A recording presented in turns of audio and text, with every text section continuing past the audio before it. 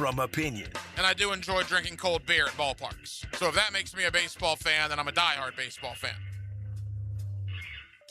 It's Hacker After Dark on 1010XL. And a very good Friday evening to you, Jacksonville. A little Hacker After Dark, before dark. In for Blue here on 1010XL and on 92.5 FM with Aaron Williams. The Hacker Ryan Green with you. Glad you are with us to close out the week.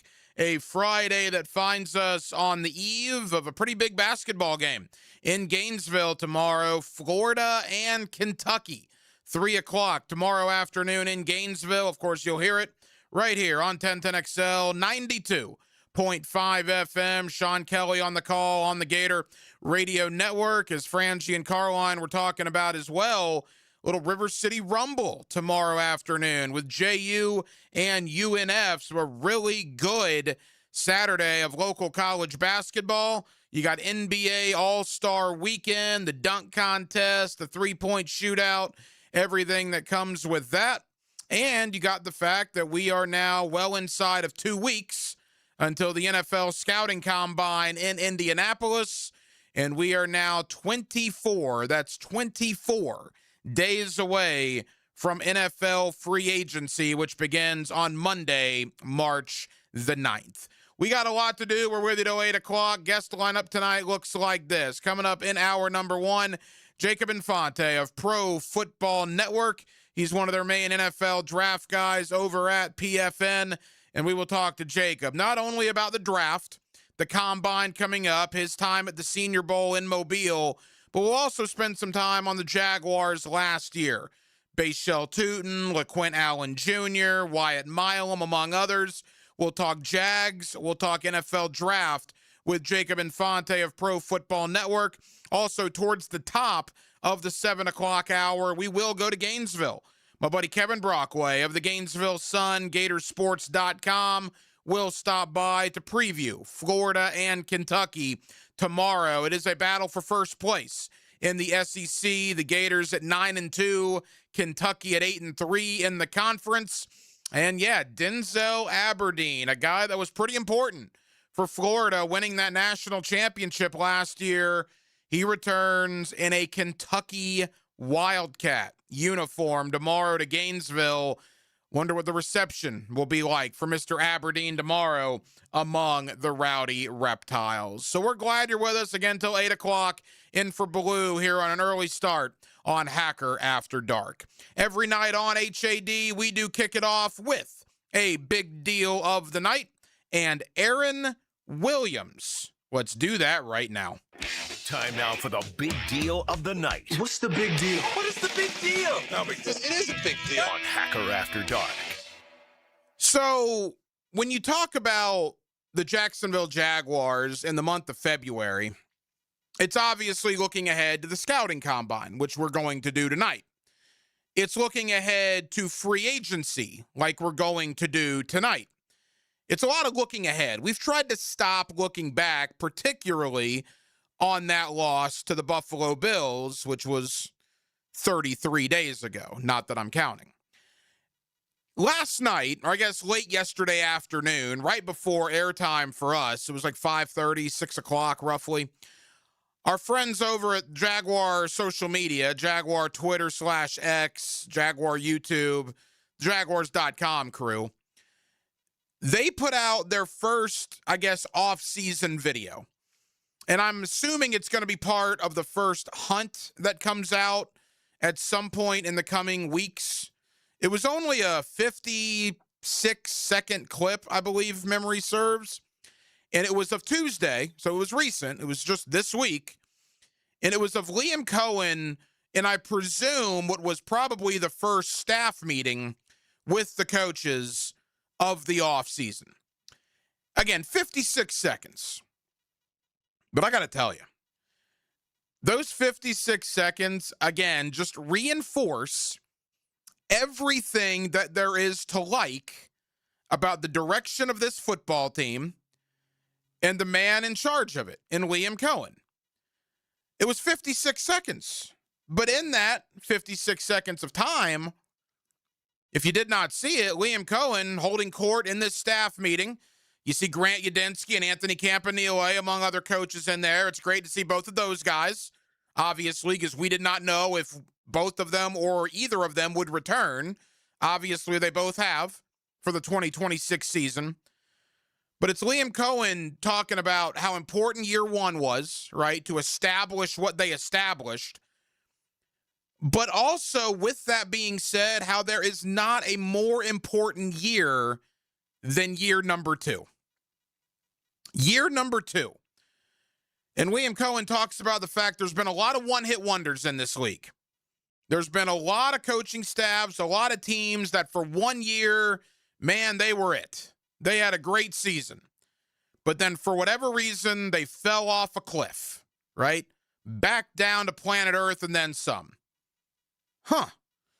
Doesn't that sound like the 2017 Jacksonville Jaguars, who made the AFC Championship game before falling flat on their face in 2018? Yeah. Doesn't that sound like the 2022 Jacksonville Jaguars, who had the second biggest comeback in the history of the NFL postseason in beating the Chargers on Wild Card Weekend, getting all the way to the AFC divisional playoff, starting the following year 8-3, and then smack, back down to planet Earth. One-hit wonders. 2017 Jacksonville Jaguars were one-hit wonders. 2022 Jacksonville Jaguars were one-hit wonders. The question is, will the 2025 Jacksonville Jaguars be one-hit wonders? I'm going to say no. And it's what I've said basically since the loss to Buffalo. In last night's 56-second video that was released on Jaguar social media, just reinforced to me why I don't believe this team is a one-hit wonder, unlike 17 and unlike 22. Because they have Liam Cohen. Dude's a star, man. Dude is a star. I saw it out there on Radio Row last week at the Super Bowl when he was making the rounds on all the shows, when he was getting interviewed for NFL honors. He just has a charisma about him, man. He's got it. Whatever you define it to be for an NFL head coach, to me, Liam Cohen has it. And it is a very, very exciting thing to see if you are a Jaguar fan or certainly a member of the Jaguar media. Will this team be a one-hit wonder? No. Because as Liam Cohen said, there isn't a more important year than year two. We know about the one-hit wonders. We're not going to be that. And Liam Cohen reinforced that with a couple of words that I can't say here on Hacker After Dark. But if you watched it, you get fired up and listening to his passion. And that was just 56 seconds. I can't wait till the first episode of what I presume is part of The Hunt that's going to come out in a couple of weeks or a month or whenever the first off-season episode comes out. I can't wait to watch it, to get even more of that from Cohen and this staff. Again, it's hard to do what the Jaguars did in 1 year, but a lot of teams have turned around pretty quick. A lot of teams have.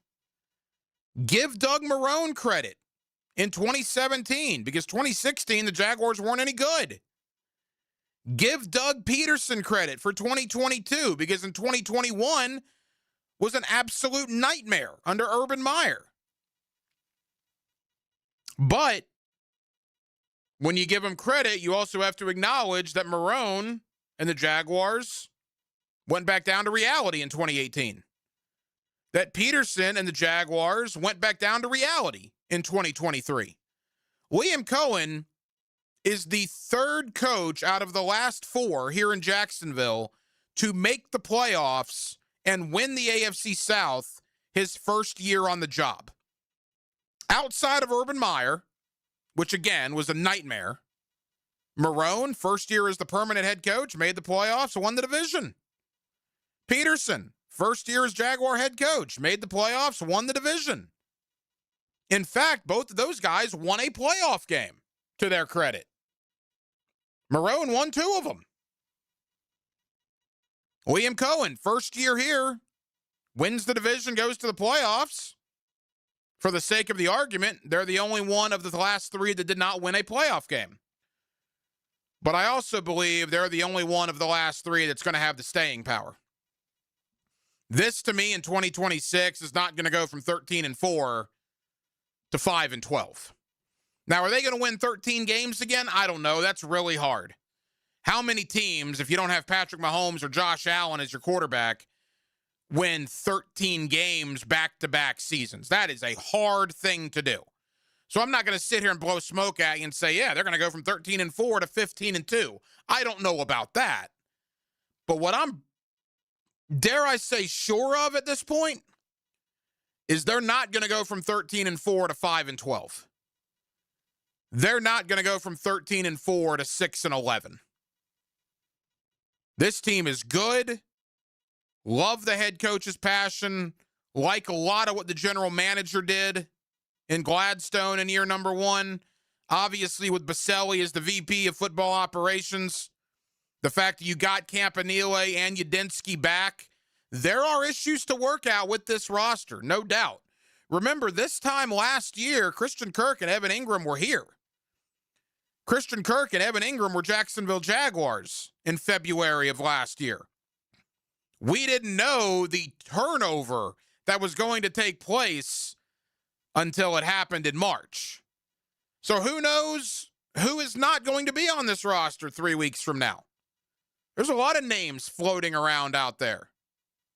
A lot of veterans that might be shown the door for cap reasons or whatever. The roster will look different to an extent.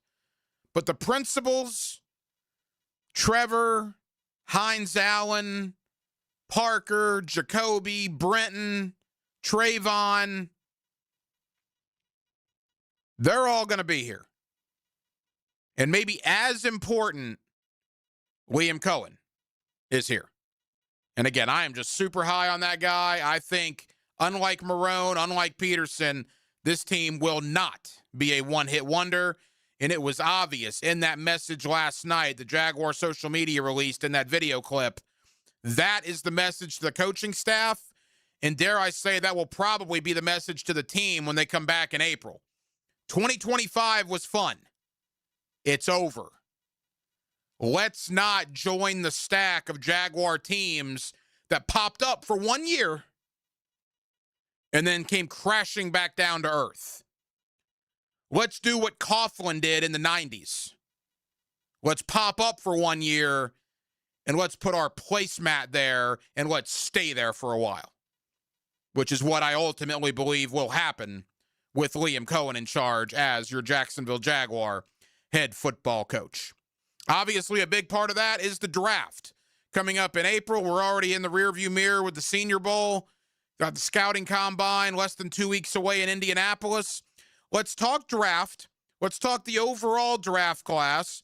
And let's talk about some of these young Jaguars. Look, the Jaguars don't have a first-round pick, obviously. They do have 4 picks in the top 100, which is pretty good, right? 56, 81, 88, and number 100. Let me do my Wolfson math on that. There are 32 teams. 32 times 4 is what, 128? So the Jaguars are picking 4 in the top 100. That's pretty good. They're going to have 4 picks before a lot of other teams have 4 picks. And I believe their 5th pick is like number 116, 117. So you got 5 picks in the top 120. That's pretty good. But also, Travis Hunter only played 7 games last year. Caleb Ransaw, we never even saw him. Those are your top 2 draft picks from 2025. Wyatt Milam started playing towards the end of the year. You never really saw what he could do because of injury. Your top 3 picks from a year ago were basically robbed of a majority of their rookie seasons. In Ransaw's case, he never played. Hunter got 7 games. Milam, I believe, got 5 games at the end of the year, and that was in spot duty. Jalen McLeod's another one. He never played. The 6th rounder out of Auburn. So not only are you bringing in the 26 rookie class, you got a lot of guys from 25 that are going to be out to prove themselves. So, yeah, they don't have a first-round pick, and that's unfortunate. By the way, it's the first time in the history of the Jaguars they don't have a first-round pick.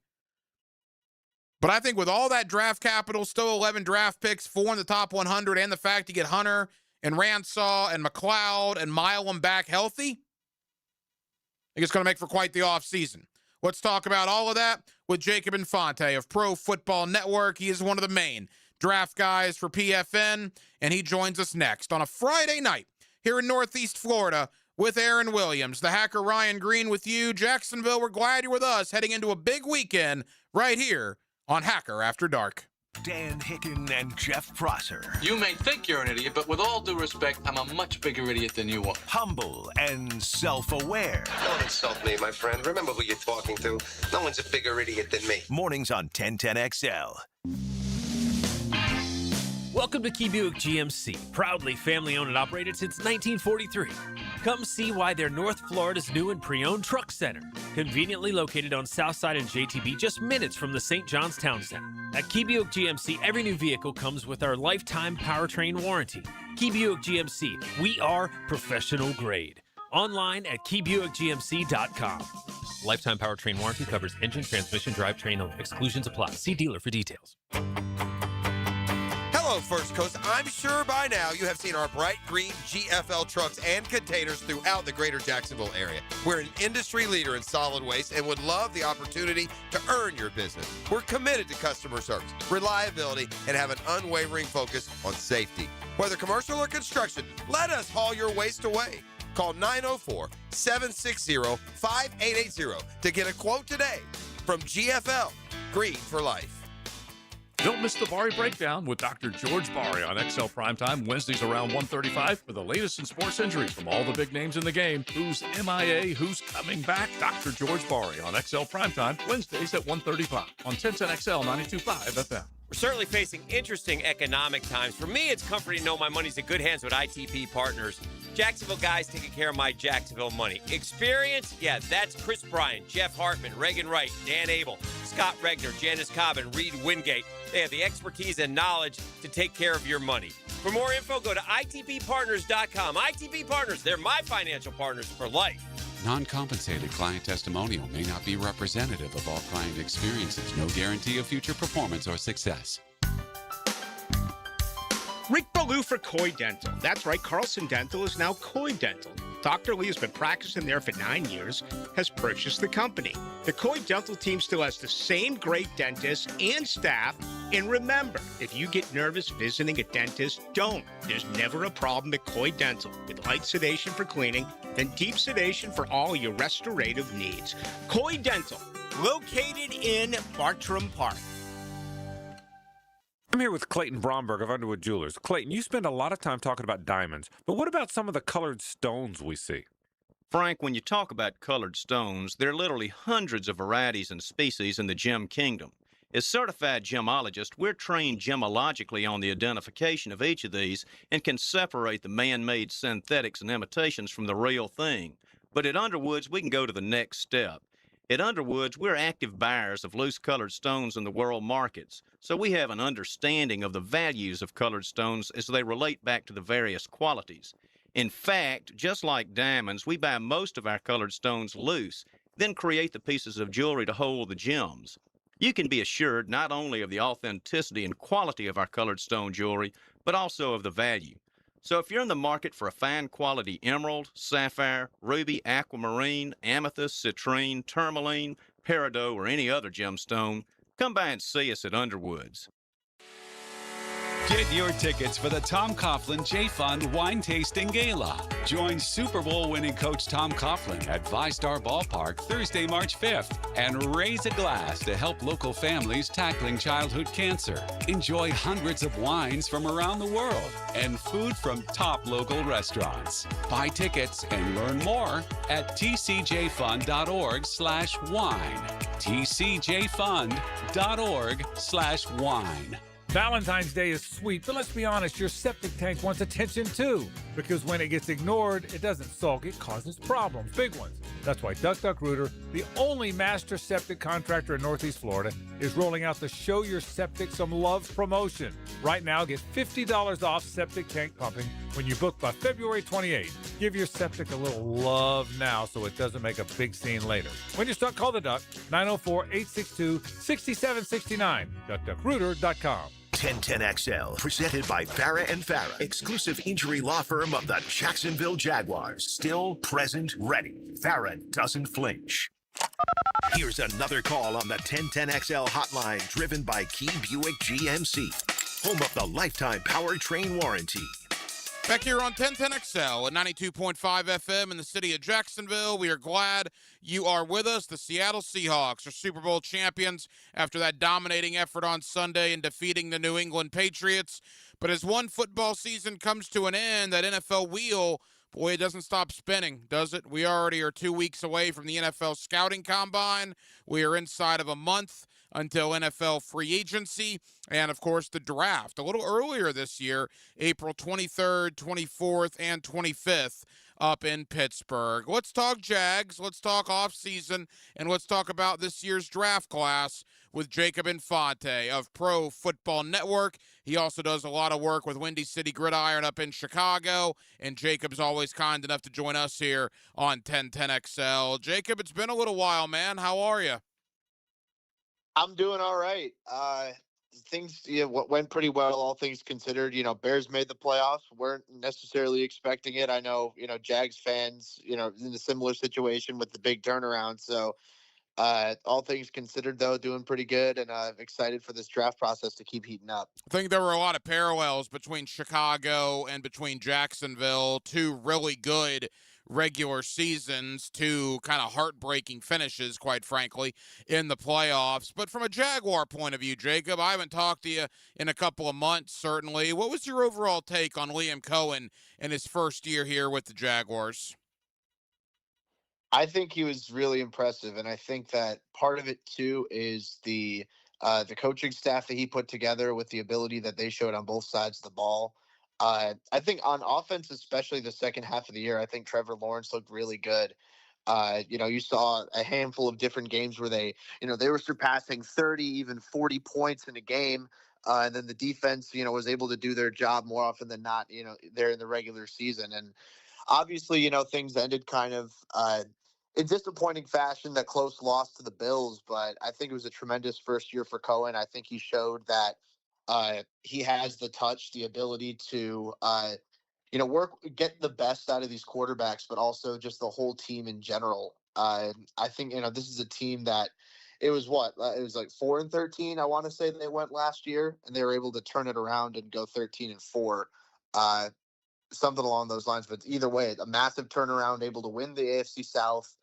And I think that shows a lot of leadership on Cohen's perspective. And I was impressed too with, the offensive play calling, especially down the stretch. And then once the defense really settled in, you really got to see their ability on full display. Jacob Infante of Pro Football Network. The crazy thing is, too, Jacob, the Jaguars went 13-4 without very much of anything from their top two draft picks. Travis Hunter played 7 games, and then he got hurt in practice. We never even saw Caleb Ransall out of Tulane, who was thought to potentially be a starting caliber player in the secondary. He got hurt in the preseason. And so I guess when we start looking towards the draft, let's begin with Hunter and Ransall.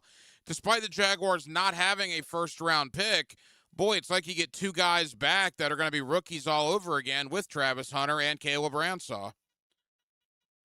Yeah, I think that's a good point, too. And obviously, the Jaguars made that big splash to go get Travis Hunter, especially. And, not really having him for much of the season, you didn't really get the most value out of him necessarily. So I think it's going to be interesting to see where he factors into this on both sides of the ball. I think obviously that's part of the appeal with Hunter is he's a really good receiver and he's a really good corner. My understanding, probably a little bit more production on, the offensive side of the ball this year. But I think that as long as you can find a way to maximize both the offensive and the defensive ability. I mean, doing that full time in the NFL like he did at Colorado is going to be very difficult. But uh, as we saw, I think, getting him up to speed to the NFL, like the style of play, the increased physicality, the quicker processing that needs to take place. I think that that'll be huge because he's always had the physical ability, and then the mental ability showed in college. Didn't really get too much of a chance here in the NFL to kind of adjust to that. So I think he's going to be interesting. Caleb Ransaw is a guy that I thought was a solid pick out of Tulane initially.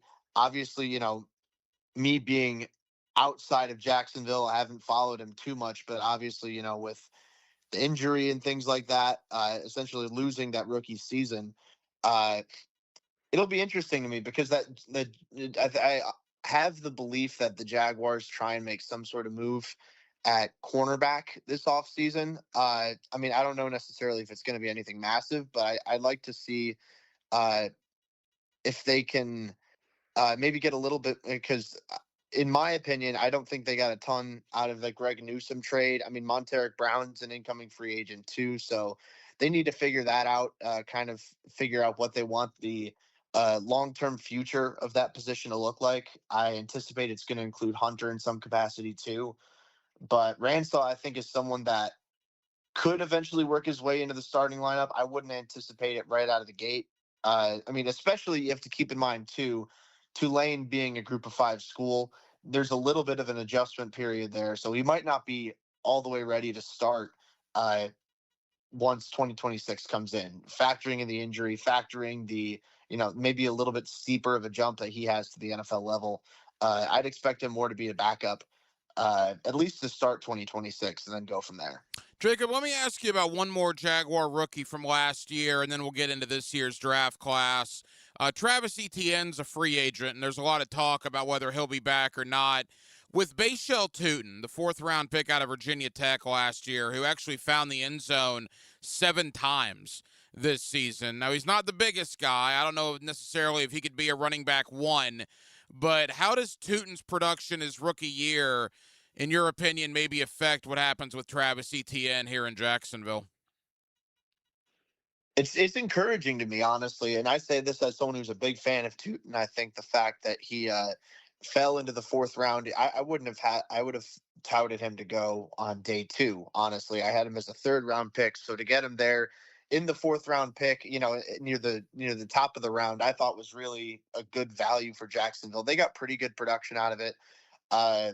Maybe the yards per carry wasn't quite what you had hoped for, but I mean, the physical intangibles that Tutin has, the speed and the toughness. I mean, you mentioned he's not the biggest guy, which, he's a little on the smaller side, but he does have that low center of gravity and he's a tough runner. And I think that those tools will continue to bode him well in the NFL. I think I'm definitely with you. If the Jaguars let Etienne walk in free agency, I think they're going to need to make some sort of draft pick at that position. I think probably their best bet is like a true traditional type of power back, like maybe somebody who's a little bit bigger. I mean, there are a handful of running backs from this class I think would fit that bill, especially in that round 3 range where you're looking at multiple picks there. You've got 3 third-round picks. I wouldn't be surprised to see one of those used on a running back to complement Tutin. But yeah, I feel good enough based off of what I saw in year 1 to project him into a bigger role next season, even if that's not as a true traditional bell cow starting running back. Couple more for Jacob Infante of Pro Football Network, talking NFL draft with us here on 1010XL. All right, Jacob, this year's draft class. When it comes to the Jaguars, they don't have a first-rounder, as we know, because of the Hunter trade. But as you alluded to, one of the more underrated trades to me last year was what James Gladstone did with Detroit during the draft last season, where he acquired 2 of the Lions' third-round picks for 2026. So despite not having a first-rounder, the Jaguars do have 4 picks in the top 100. And based on what little I know about the draft so far, I've just started diving in the last couple of weeks, I've been told that day 2 might be where you want to be in this year's class. Would you agree with that? Yeah, I'd agree with that, honestly. I think that this draft class, it's not particularly elite as far as the high end value goes. I mean, I can't compare it to, say, 2024, where you have multiple quarterbacks who are going in the top 10, and you have these blue chip wide receivers who are also going in the top 10, and these flashy names. I think it's much more of a meat and potatoes sort of draft where you're going to get a lot of value in the trenches on the offensive, but especially the defensive side of the ball. I think the edge rusher class runs deep. I think the defensive tackle class is really impressive to me too. So yeah, I'd say day 2 is probably where it's at in this class. I think there's a good amount pertinent to the Jaguars too. I know, there's some discussions as far as what positions they might want to focus on. I said running back earlier. I think that there's a good handful of backs who'd be good value in round 3. A handful of talented safeties I think could be there in round 3. A good handful that could be honestly round 2 selections too, honestly. And then you factor in other, potential needs, cornerback, like I mentioned. I think round 2, there would be a really good range for Jacksonville there. Edge rusher, if they want to go down that route, like I said, that's a very deep group. So there's a lot to like in this draft class in terms of its depth. And honestly, as far as the first round pick goes, I don't think Jacksonville's missing too much. I mean, obviously, every year to have a first round pick, you're getting, some of the top prospects in the class, but I don't think that a first round pick this year is as valuable rather as a first round pick maybe in most of some of the draft classes we've seen in recent years. Yeah, Cleveland probably wasn't a big fan of Jacksonville winning 13 games. They probably thought they were going to have 2 picks in the top 10 or 15. They ultimately end up with the 24th pick, which is where Jacksonville would have been selecting. This is not a Jaguar-related question because he'll likely be gone before 56. But from all indications, Caleb Banks, the big defensive tackle out of Florida, had a killer Senior Bowl. Is he a guy that's going up your draft board? Yeah, so he's a guy I've been really high on throughout this process. I mean, I start my draft evaluations for each class in April before the draft. So, like to say for the 2026 class, I started in April of 2025, right before last year's draft. So this has been a year-round process for me, and I've had Caleb Banks near the top of my defensive tackles list the entire time. Obviously, coming off of the foot injury, I did have him drop a little bit, but like you said, he was tremendous at the Senior Bowl, and I think he's still going to end up going round 1, just because you look at the physical attributes of a guy who's 6'5", 6'6", about 330 pounds. Someone who moves like that, someone who can rush the passer along the interior. That's a really valuable trait to have in the NFL these days. His power, his quickness. I like what he brings to the table as far as his hand usage and how he diversifies his pass rushing plan and uses different moves to beat guys at the point of attack. There's a lot there to really like, and I think there's a chance he's the top defensive tackle off the board. I don't know for sure if that happens, but I certainly think that he's going to be at or near the top at the very least of that list. Jacob, as we begin to wrap up, we know Fernando Mendoza is going to go number 1, more than likely, to the Raiders. What about another quarterback that we know very well here in Jacksonville? He won a state championship at Mandarin High School. He just played for a national championship with the U. What about Jacksonville's own Carson Beck? What's your thought on Carson? So I think that whenever I project a quarterback, I don't really factor in positional value into my grading. So off of that, I have Beck as a 4th-round pick. But at the same time, I recognize that with quarterback being a more valuable position, I think that he's probably going to go on day 2.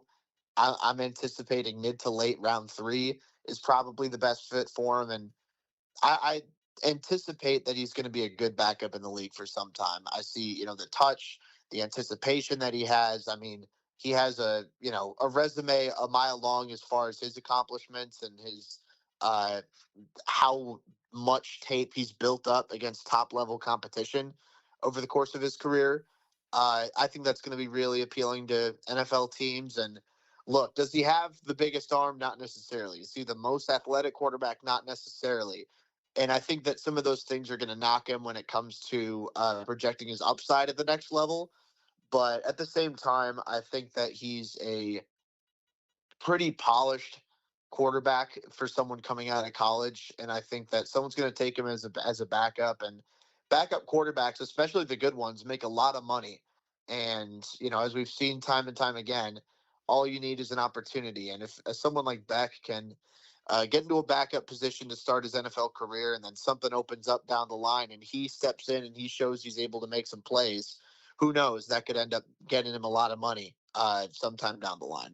Jacob Infante, Pro Football Network, also Windy City Gridiron. Jacob, tell the good folks here in Jacksonville about your draft coverage at both places, particularly Pro Football Network, and what they can look forward to in the coming weeks. Yeah, so you can check me out at those aforementioned websites. I'm kicking off my prospect interview series this week, so I'm getting the chance to speak with future NFL draft picks and get to learn a little bit more about their stories from college, how they've gotten to where they are today, and what their hopes are for the future. You can expect a ton of different mock drafts, big boards, prospect rankings, player analysis, both on those websites and in my Twitter, my X account at JacobInfante24. So you can check that out. I'm going to be going all in on the draft this year. So definitely recommend checking those out if you're interested. And I have a Patreon as well, patreon.com/JacobInfante. You can see my entire prospect rankings, which is nearly 400 players long. Hoping to get to over 450 by the time that the draft rolls around, but we'll see. He's one of our favorites, Jacob Infante of Pro Football Network. Jacob, I know you're busy, man. Thank you for the time. Let's do it again after the Combine, and we'll see where things are at that point. Appreciate you, my friend. Absolutely. Thanks. Live streaming from the XL Digital Studios. Brightened by Harbor Dental Care, Jacksonville's first choice for dental emergencies.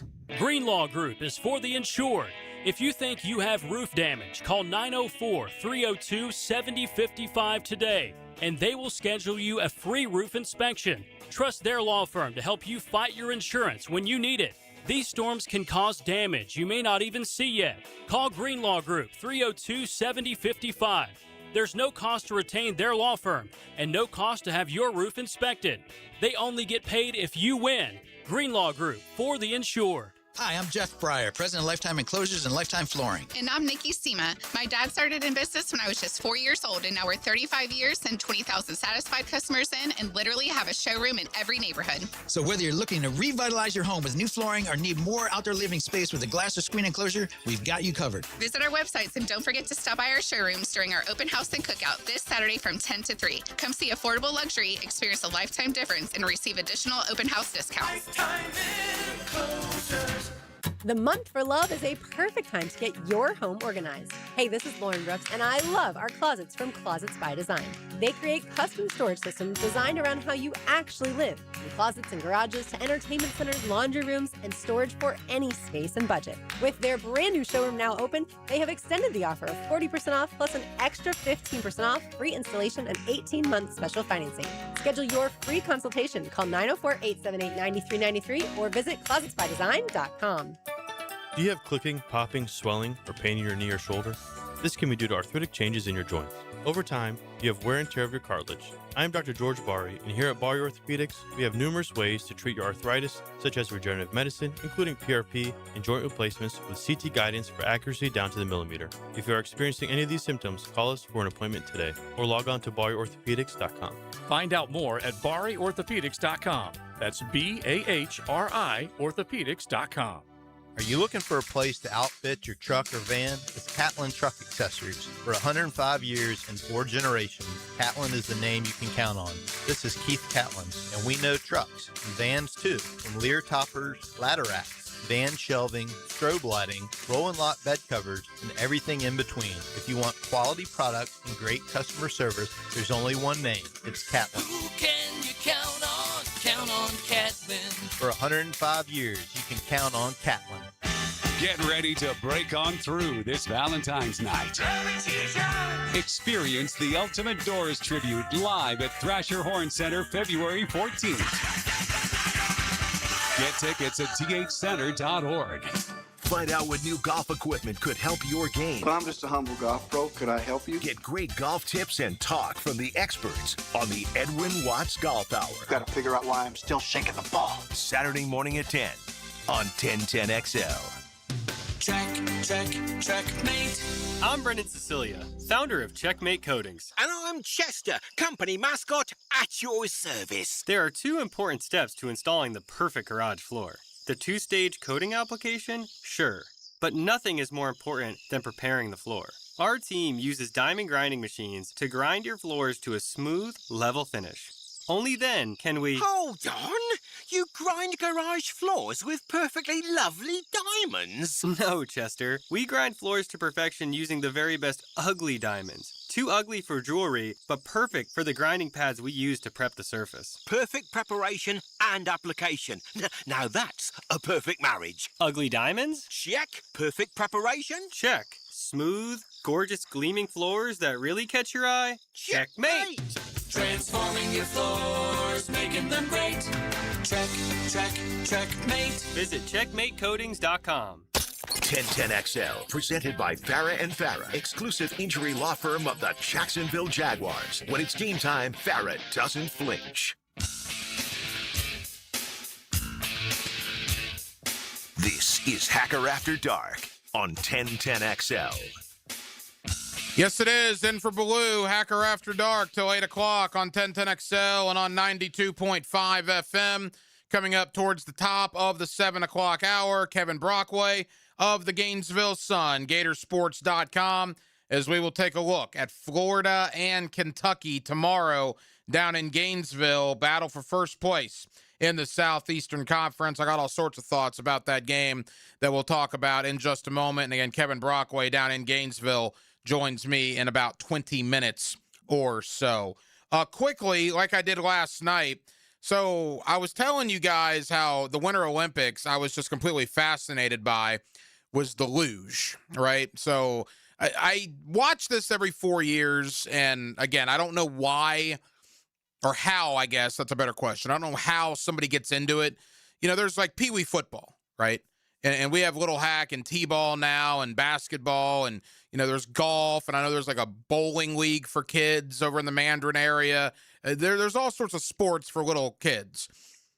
I don't know how little kids get involved in luge, right? If you just wake up miraculously one day as a teenager and you say, you know what, I'm going to get into luge. I'm going to get on a sled with my back on it facing the sky, and I'm going to go down 15 turns and 7 ramps at 40 miles an hour and try to get into the Winter Olympics. I don't know how that conversation goes. But today was even more fascinating because now I was watching skeleton. And the difference between Aaron, luge, and skeleton, I'm assuming most people know this. I didn't know. Luge is feet first. Skeleton appeared to be the exact same thing, but it was head first. I'll be honest with you, I didn't know what either of those were until you just told me. Well, it's like they do it on the same track as the bobsled. I think the bobsled stuff is next week. So just imagine the same track that the bobsled stuff's going to happen on. You just have 2 people on their back riding down these hills and ramps and turns. Well, I'm watching today, and these guys, 1 person on each skeleton is what it's called. These people are insane. I mean, they're going 35, 40, 45 miles an hour, probably faster than that, around 16 turns and this ramp and this thing. I mean, they are moving it. And I'm thinking, all right, they got a helmet on, but holy moly, man, if you hit one of those walls, I don't know what's going to happen to you. But it was fascinating. I mean, I couldn't tell you who won. I don't want to give it away in case we have a lot of skeleton fans in the Hacker After Dark crowd tonight. But I know one of the medals was decided by not tenths, 100ths, 2 100ths of a second. Decided, I believe, either the silver and the bronze or the gold and the silver. Imagine that. Imagine missing out on a gold medal or a silver medal or whatever by 2 100ths of a second. Just mind-blowing. Mind-blowing how fast these people are going, but also how close these races are, and really all the Winter Olympic sports, but particularly the skeleton, the luge. I'm fired up about the bobsled coming up. Speed skating, Aaron, I was really in-depth on the speed skating today. Saw these guys skating 5,000 meters, which I guess was 25 laps around this huge rink, and it takes you like 30 seconds to go around each time. So you're talking 12 and a half minutes roughly of skating as fast as you possibly can. Think about the stamina that these guys and gals, for that matter, have to skate as fast as you possibly can in the Winter Olympics for 12 and a half consecutive minutes. I mean, that's insane to think about. So, I know the Winter Olympics is not everybody's cup of tea. I hear you. I'm not saying that I'm a big speed skating fan, for 46 out of the 48 months of a 4-year period. But for the month or two that speed skating takes precedence in the Olympics, yeah, I'll watch it. And again, it's really interesting to me how, people get involved in these sports. Again, I don't think there's a lot of Floridians in the Winter Olympics. But the athletic prowess it takes to do some of these things is certainly respectable. No doubt about that. I'll be honest, I'm kind of intrigued with the luge. I'm telling you, man, the luge, the skeleton, and I like the bobsled because I'm a Cool Runnings guy. I mean, I'm right in the age range where Cool Runnings back in the day was one of my favorite movies as a kid. So I've always watched the 4-man bobsled literally because of the movie Cool Runnings. But I have found that the luge and now today the skeleton have also gotten my attention in the Winter Olympics. U.S. hockey back on the ice tomorrow against Denmark. Again, you learn all sorts of things. Who knew that Denmark had enough players to have a hockey team in the Olympics? I mean, are there a lot of Denmark players in the National Hockey League? I don't know, but apparently they have a team, and the U.S., I believe, is playing them tomorrow. The U.S. already got a victory yesterday, so they are 1-0 in the preliminary group stage. Quickly, because I want to get into college basketball. The Daytona 500 is Sunday. Let me repeat that. The Daytona 500 is Sunday. Did I just break news to some people out there? Maybe I did. Maybe you guys already knew. Look, I understand that NASCAR is still hugely popular. It's sold out. It's going to be quite the scene on Sunday. But I guess me personally, I just go back to the days of, Jeff Gordon, Dale Earnhardt Sr., Dale Earnhardt Jr., Michael Waltrip, Bobby Labonte, Terry Labonte, Ricky Craven, Ricky Rudd, Ernie Irvan, Mark Martin. I mean, I can rattle them off, right? I loved NASCAR in the mid to late 90s and early 2000s. I'm using the word love to the point where after the NFL season ended, I would watch a NASCAR race like an NFL game. I mean, I would sit there for 3 hours, particularly Daytona, but whether it was Rockingham, Martinsville, Atlanta, Charlotte, Watkins Glen, Sears Point, you name it, Michigan, I would watch them all. I loved it. And I don't know what happened. I've gotten older, obviously. Football is kind of engrossing all of our lives now, basketball to a certain extent. And there's only so many hours in the day. But honestly, like somebody told me last Monday that, oh, by the way, Daytona 500 is on February 15th. I said, do what? It's 6 days away? First off, I thought there was a 2-week break between the Super Bowl and the Daytona 500.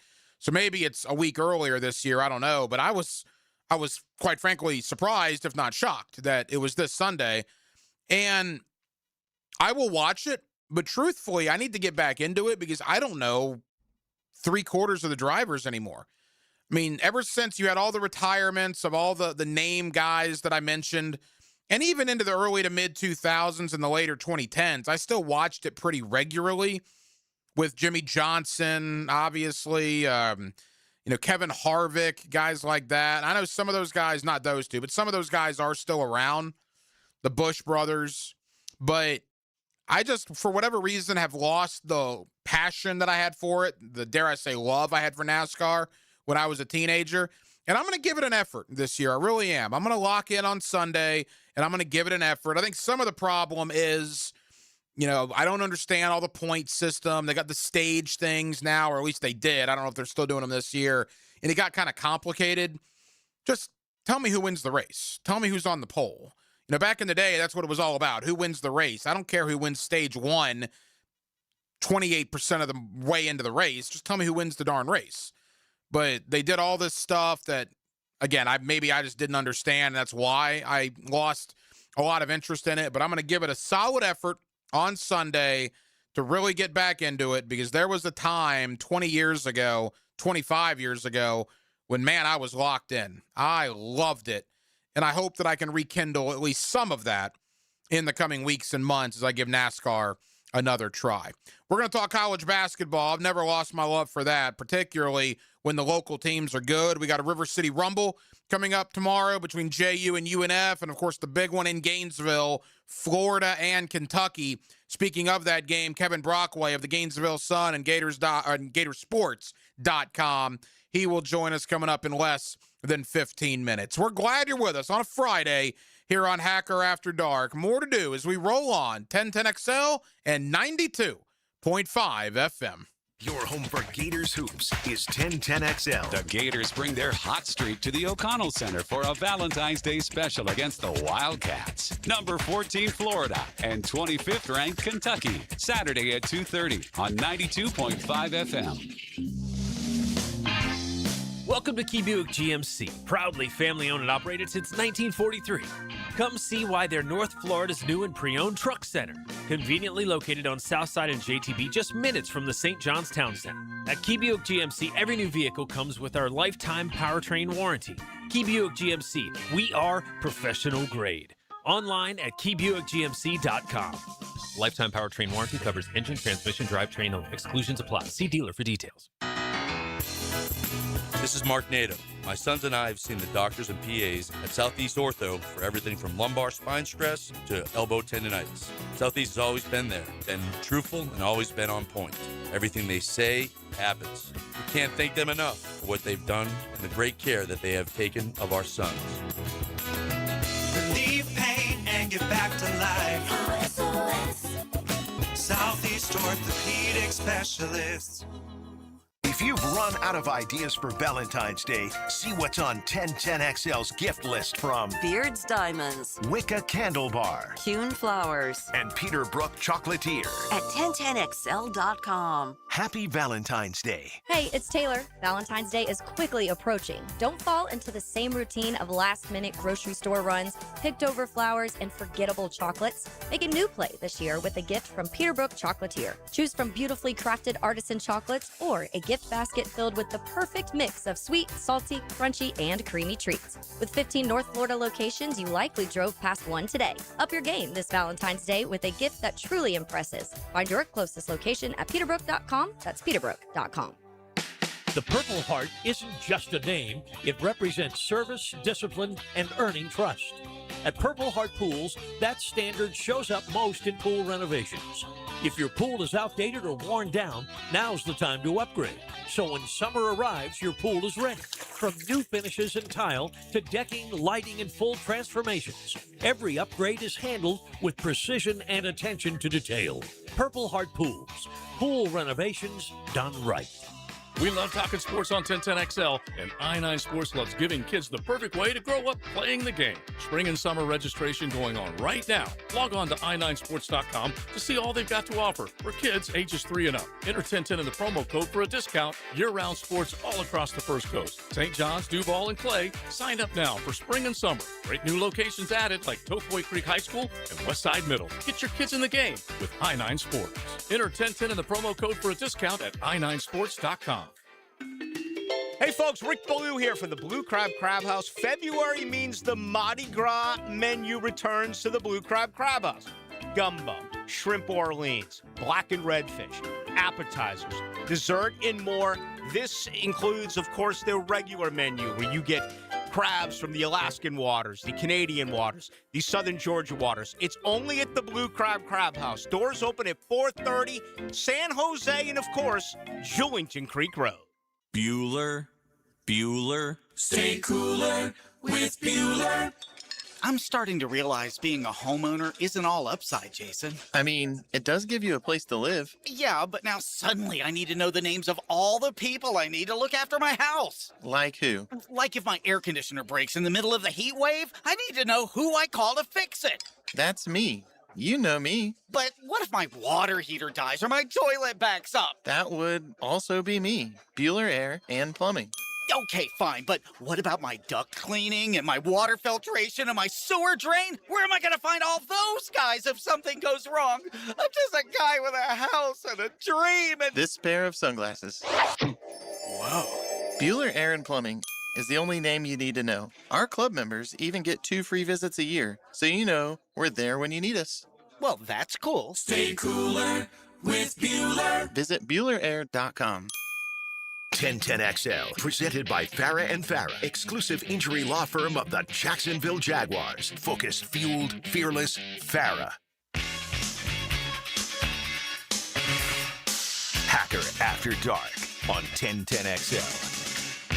Approaching halftime, Hacker After Dark, 1 hour down, 1 hour to go. We'll take you up to 8 o'clock here on 1010XL and 92.5 FM. Tomorrow, 3 o'clock in Gainesville, Kentucky and Florida. You'll hear it right here. Sean Kelly on the call and the Gator Radio Network as it's a battle for first place in the Southeastern Conference. The Gators come in at 9-2 in conference play. Kentucky, give them credit.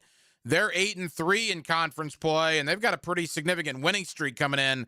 I think they've won like 7 or 8 in a row. Kentucky is playing terrific basketball, and they've been off all week. They played Tennessee last Saturday. They had the midweek bye that Florida had a week ago. So Florida had to play Georgia, whereas Kentucky has not played a game in weeks' time. Will that matter tomorrow? We'll see. Look, a couple of things about this game. Number one, Denzel Aberdeen returns. And I heard Frangie and Carline talking about this earlier, and it's an interesting topic.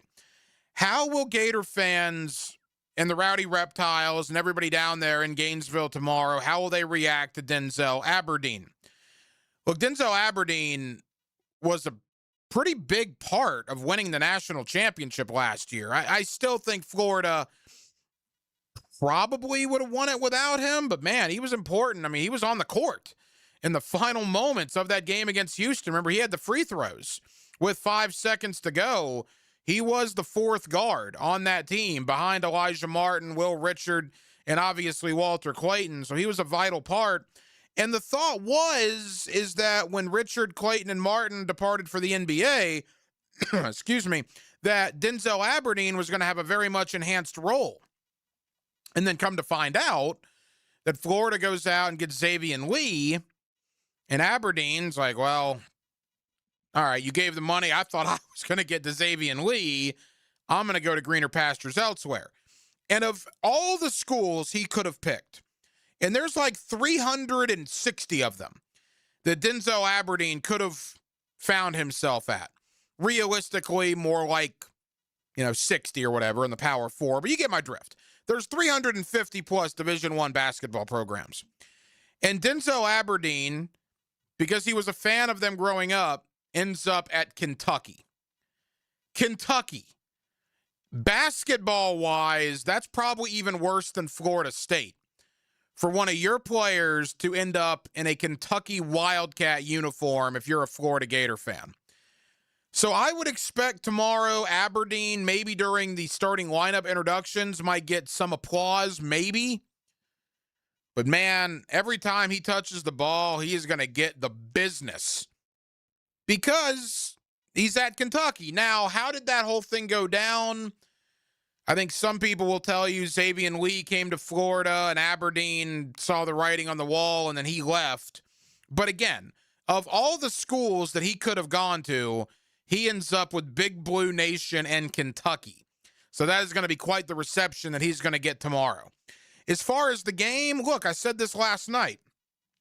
Realistically, I thought when Florida started 5-4 this season, and then when they were 9-5, but they lost to Missouri, so they were 0-1 in the conference, I said, look, at that point, Sweet 16 would be a great success. You lost your top 4 guards from last year. You're trying to work in a whole new guard rotation. The front court can't do it all by themselves. At this point, 9-5, 0-1 in the SEC. It's so hard to repeat as national champions anyway. Get to the Sweet 16. That'll be a success. I no longer think that. Now, I'm not sitting here telling you Florida's going to win the national title again because, again, I don't think they are. Check back with me in a couple of weeks on that. Because it's really hard to win back-to-back titles. That's why very, very, very few teams have done it. But there's no debate right now. There are not many teams in America that are playing better than the Florida Gators. They have destroyed their last 4 opponents, 3 of which would be in the NCAA tournament if it started today. South Carolina's terrible. Florida beat them by 47. But the last 3, Alabama, A&M, and Georgia, by the way, it was at A&M and at Georgia. All 3 of those teams would be in the big dance right now. Florida beat all of them by 20 or more points. Florida's really, really good. And they're playing out of their minds right now. 2 weeks ago, Auburn came in and pushed Florida around on a Saturday afternoon in Gainesville. Now Kentucky comes in on a Saturday afternoon in Gainesville. It's a bad matchup on paper for Kentucky. They're not the biggest team. They don't have the most depth in the front court. They can shoot, but I just think Florida's going to overwhelm them down low, give me the Gators. And I probably like Florida by double digits, to be honest. I think Florida wins. Nothing crazy, but 10, 12, somewhere in that ballpark. I think Florida right now is in the conversation with Arizona, Duke, UConn, Michigan as teams that could absolutely win the whole thing come late March, early April. Let's go to Gainesville. Let's talk about it. Kevin Brockway of the Gainesville Sun, Gatorsports.com, does a terrific job covering the Florida Gators, and he joins me next on a Friday evening here in Northeast Florida. We're with you till 8 o'clock, Jacksonville. We're glad you're with us. It's Hacker After Dark. Jaguars football lives here. Listen, we sticking together. 1010XL. Jimerson Burr is a full-service, Florida-based commercial law firm that has experience and capabilities to handle any legal issue a business is confronted with. Learn more about what they can do for you at jimersonfirm.com. Hi, I'm Sean Monahan from Monahan Jewelers in Atlantic Beach, celebrating our 49th annual Valentine's Day sale. Come see our hand-picked inventory of thousands of pieces of fine jewelry, diamonds, and gemstones. This Valentine's Day, we have big discounts with jewelry for any budget. And with interest-free financing, you'll get the jewelry you love with a monthly payment you can afford. Monahans will also give you cash for your unwanted gold or silver, or trade it in for new jewelry and get greater value.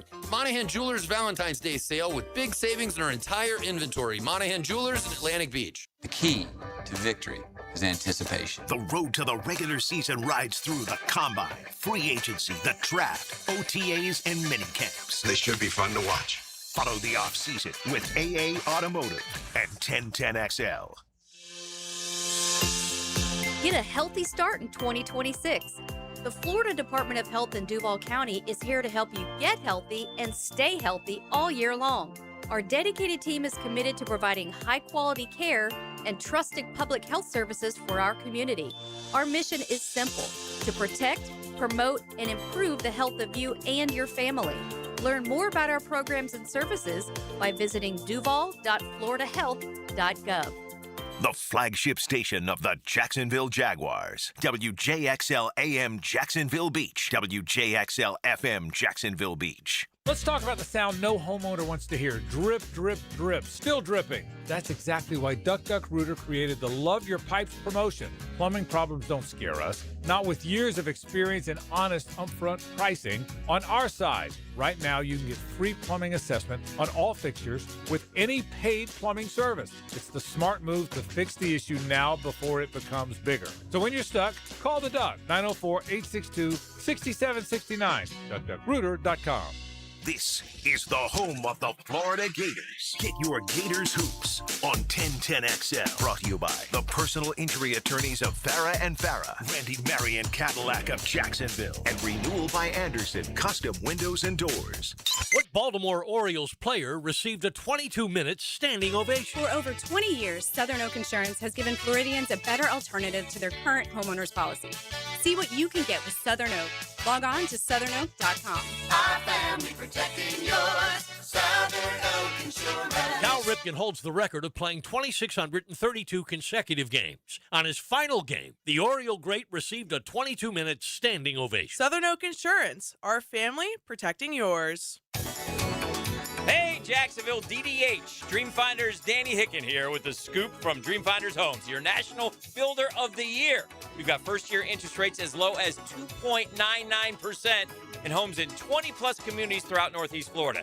If you're house hunting, make sure your first pick Dreamfinders Homes. the proud official home builder of the PGA Tour, the Florida Gators, and your Jacksonville Jaguars. Visit dfhsalesevent.com today and tell them Dreamfinders Danny sent you. Hey, it's Travis from Cannons of Jacks. Thank you for trusting us for 55 years of custom welding fabrication and vehicle towing accessories. When you need a trailer hitch for the family car, a gooseneck for the company truck, or even RV towing options, call us at Cannons. We can do a bumper hitch, fifth wheel hitch, anything for safe, reliable towing. Come to Cannons of Jacks, where service is our #1 priority and we treat our customers as we like to be treated. Check us out online, cannonsofjacks.com. I'm with Craig from Cycles of Jacksonville, and Triumph is a known name when it comes to beautiful rides on the road. What is the latest from Triumph? Well, if you didn't come, we had an unleashing at the dealership last week. We saw 6 new models from Triumph, anything from 400 cc's to 1200 cc's. If you're looking at a bike, you got to look at the new Triumphs. Experienced riders will love it. And the inexperienced will love it. We've got something for everybody in the Triumph lineup. Great, great motorcycles. Showroom waiting for you. Triumph. Find them at Cycles of Jacksonville on Atlantic near Regency. 1010XL, presented by Farah and Farah, exclusive injury law firm of the Jacksonville Jaguars. Still, present, ready. Farah doesn't flinch. Here's another call on the 1010XL hotline, driven by Key Buick GMC, home of the lifetime powertrain warranty.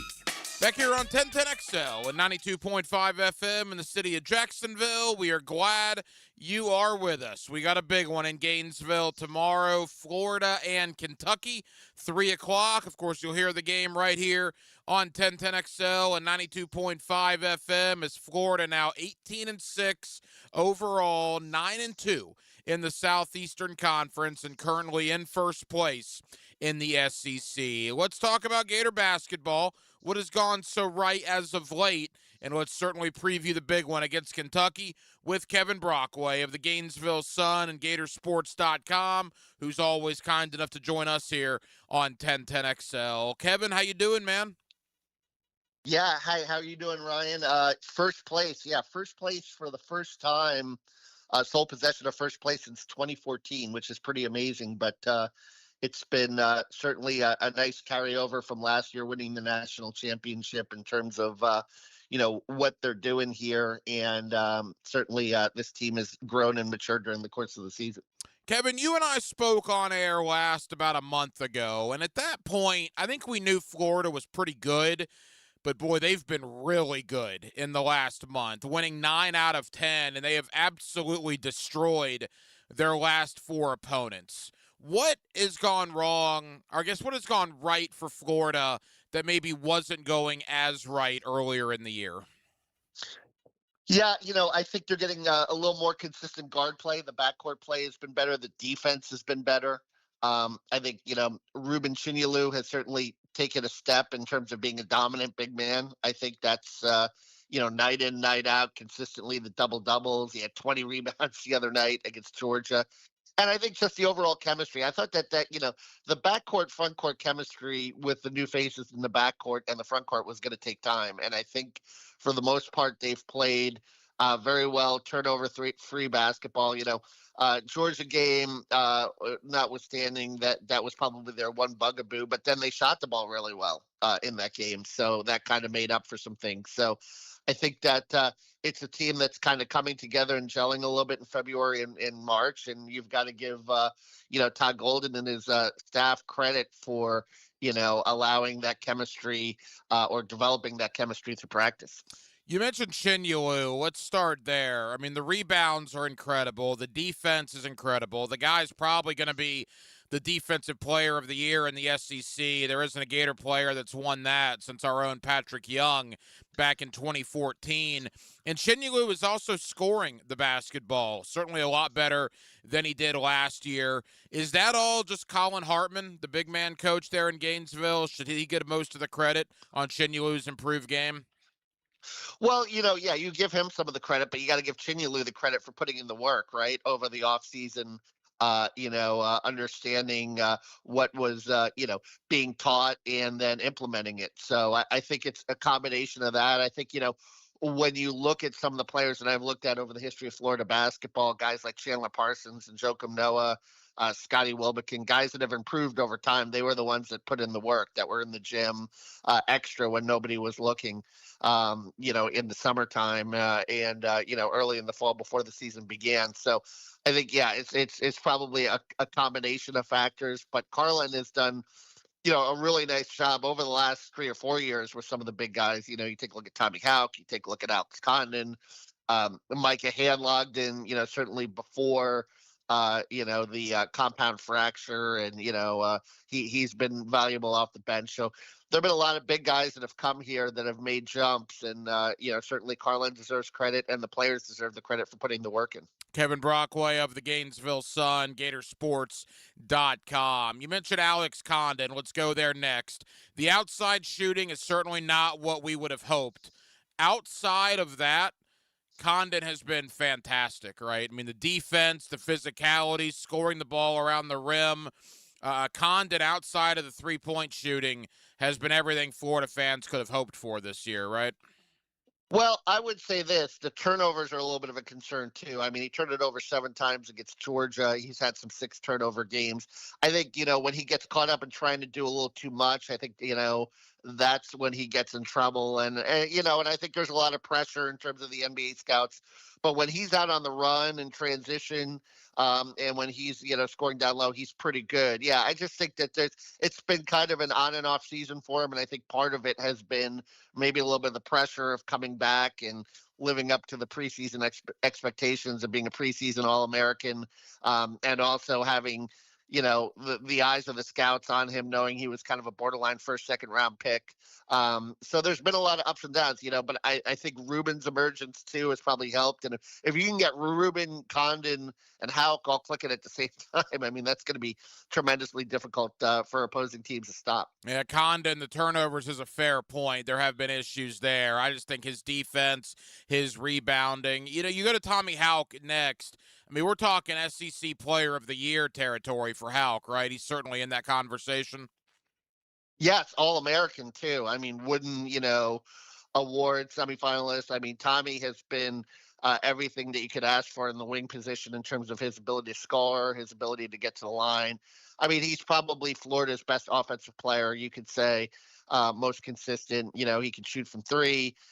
He does a lot at that position in terms of, he's so good in transition, does a lot at that position. And another guy that's just grown and gotten better and better over time. And I think he's positioned himself, to do pretty well in June, and, probably a first round draft pick, and being picked, making a lot of money in the NBA. But I think for this year, listen, he's a very competitive, driven guy.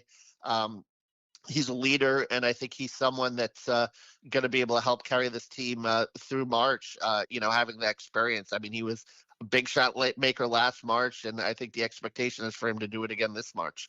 Kevin, there's no doubt when you look at the backcourt, and they're coming off a really good outing in the win over Georgia. They had to replace 3 NBA players, right? Elijah Martin, Will Richard, and Walter Clayton, and also a very valuable player in Denzel Aberdeen. More on him in a moment. So there was a lot of pressure on Xavier Lee and Boogie Flan in particular. We knew about the NIL deals, and they were highly sought after in the portal. And then you got Clavsar and Isaiah Brown coming back, and there were struggles with that backcourt early in the year, as you alluded to. But, man, as the season has gone on, those guys are playing better and better.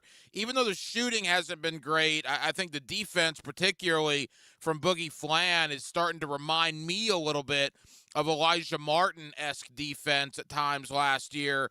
And maybe now some of that pressure is off because they are beginning to play so much better.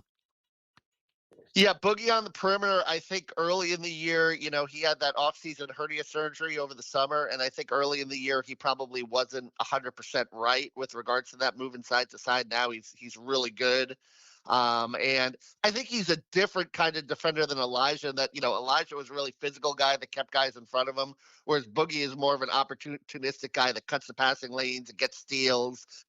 He can keep guys in front of him as well, but not quite as physical as Elijah was, but different in a good way. And I think that, certainly they're going to be counting on that.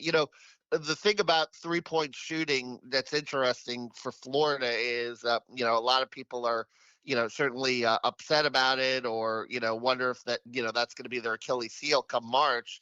But if you look at it, I mean, they're making more 3-pointers than their opponents. So I think the key is, if you're not going to be making 3-pointers, the key is to defend it. And I think that that's going to be something, with Boogie and Xavier and Urban Clapstar is getting a little better defensively as well. Isaiah Brown, a really good athlete, and he's emerging as a productive guy off the bench. If they can defend the 3-point line well in the tournament, that could make up for an off shooting night. Final moments, Kevin Brockway, Gainesville Sun, Gatorsports.com. Quickly, Isaiah Brown. Here's a guy that played very, very sparingly last year, very sparingly. And then at the beginning of this year, Florida was looking for that 8th man. And not only have they found their 8th man, boy, Kevin, Isaiah Brown is opening some eyes. I mean, he's getting better and better every game, is he not? Yeah, and again, a testament to Todd's program and development, because, he's a guy that stuck around. Certainly, when Denzel Aberdeen left, it kind of left an opening for him to get a little more playing time, to seize that opportunity. And we had been hearing, first over the summer, that they were very high on Alex Lloyd, the freshman. So Isaiah's name wasn't really talked about as much. He had to kind of grow a little bit defensively. He did. And he's a really good athlete. He gives that kind of athletic. He is more like an Elijah Martin type athlete on the perimeter, probably, than Boogie in terms of his size and his strength. And I think that will serve well. And he's improving offensively. He had that, big 3-point play late in the Georgia game. You can see he's gaining a lot of confidence. Just really good in transition in terms of his vertical leap and getting to the rim and finishing. Kevin, I want to end with a thought on Kentucky tomorrow. Certainly a big one in Gainesville. But final big picture question. They were 5-4 with just heartbreaking losses to Duke and UConn in particular. And then 9-5 with another bad, 2-point defeat to Missouri where they could have won. So at 9-5 and 0-1 in the conference, you're sitting there thinking, man, if they could just find ways to win these games. Was it simple as the light came on? Because they've won 9 out of 10. And I got to tell you, man, it's really the first time all year that I'm looking at this team, and I now realistically think that, yeah, they could repeat if things go their way. It's so much better now than it was in the first 15 games of the year. It's been a night and day turnaround. Yeah, 9 out of 10. And, I think, 13 in the last 15. So, I do think that it was just going to take time to develop. They need to develop depth. They did that because Isaiah Brown got better.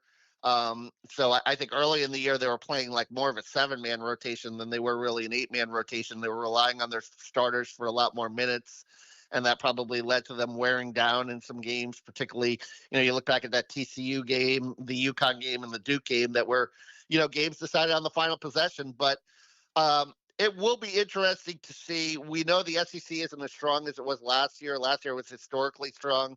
So I think it will be interesting to see, how battle-tested Florida is going into the tournament.